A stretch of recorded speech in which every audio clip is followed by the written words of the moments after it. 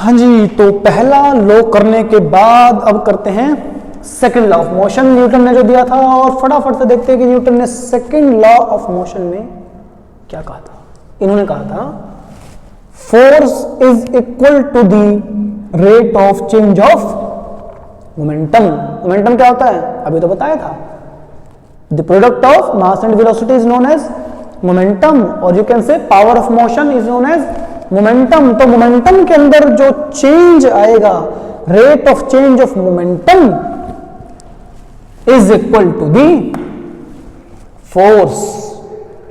दूसरे शब्दों में कहें तो फॉर ए कांस्टेंट मास, मास अगर कांस्टेंट है, then force is equal to mass times the acceleration. तो जो फोर्स है वो क्या होगा, मास टाइम्स दी एक्सीलरेशन होगा। ये इन्होंने अपने सेकंड लॉ में कहा। अब तीसरे शब्दों में, तीसरी definition, it states that acceleration of a body is directly proportional to the force applied. भैया सिंपल सी बात है, जितना फोर्स लगाओगे उतना तो तेजी से आगे बढ़ेगी ना, जितना तेजी से आगे बढ़ेगा तो उतना तो वेलोसिटी में चेंज होगा, और जितना वेलोसिटी में चेंज होगा उतना ही तो एक्सेलरेशन बढ़ेगा। तो सिंपल सी बात है, जितना फोर्स उतना एक्सेलरेशन। यही तो न्यूटन जी भी कह करके गए थे कि जितना फोर्स लगेगा उतना एक्सेलरेशन ज्यादा होगा, बशर्ते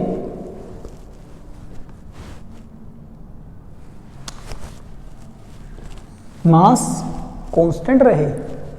तीसरी बात, force applied and inversely proportional to the mass of body. मतलब क्या कहना चाह रहे हैं भाई, जितना फोर्स लगाते जाएंगे, बढ़ाते जाएंगे तो एक्सेलरेशन बढ़ता जाएगा, लेकिन जितना मास बढ़ाते जाएंगे एक्सेलरेशन कम होता जाएगा। भैया सिंपल सी बात है, गोलूराम जिनका वजन 70 किलो है और मोन्टू जिसका वजन 20 किलो है, किसको हिलाना आसान है, किसको तेजी से मूव करा लोगे? तो बड़ी सिंपल बात है भैया, जिसका मास ज्यादा है उसकी एक्सेलरेशन भी कम होगी, जिसका मास कम है उसकी एक्सेलरेशन भी ज्यादा होगी। तो यही तो न्यूटन ने कहा कि तीसरे नियम के अंदर कि जो एक्सेलरेशन है वो डायरेक्टली प्रोपोर्शन होता है फोर्स पर और इनवर्सली प्रोपोर्शन होता है मास पर।